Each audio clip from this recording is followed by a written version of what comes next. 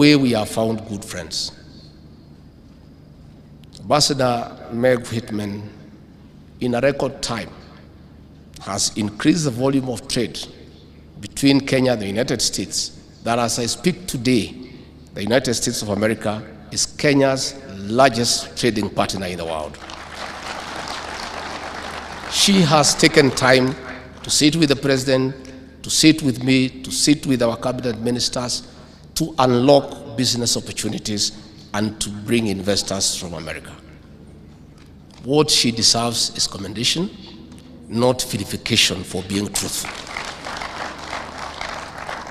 I want to urge Ambassador Meg to ignore the noises and acclimatize to the Kenyan way of doing things.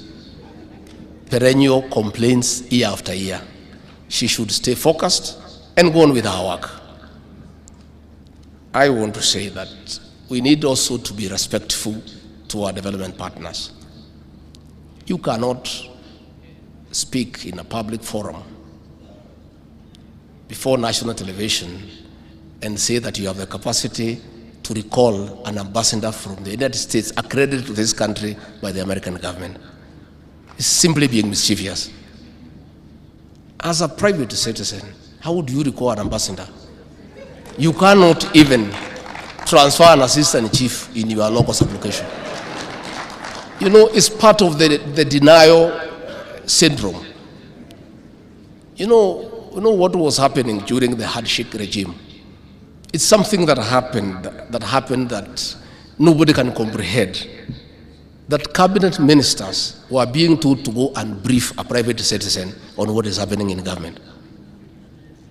Principal secretaries were being told to go and brief a private citizen on the workings of government. The CS National Treasury was being told to go and brief a private citizen about the budget.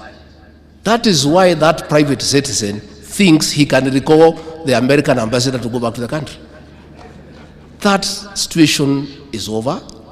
We have a government in place. Please just take up your rightful role and oversight the government, because that is your role. Again, I want to say that the hardship team, after destroying the economy of this country, gave President RUTO no chance, because they knew it was almost impossible to turn around the country. In a record 1 year, President William RUTO, through pragmatic leadership, continuous engagement, agreeing to be advised, having a very competent economic council, has done the unthinkable. In 1 year, the economy has shown signs of recovery, to the extent that for the first time in 7 years, all county governments were given their money before the closure of the financial year on June 30th. All members of parliament and the respective constituency development funds in the 290 constituencies were given all the allocation before the closure of the financial year on June 30th. So the people who had schemed to destroy the economy so that the next leader can fail are very envious. And that is why they are bitter, and that is why they are trying to portray our friends as bad people. What is happening, and I want to invite our brothers to understand, this William RUTO you despised and you gave him no chance. Today, he is the desired visitor of every capital in the world.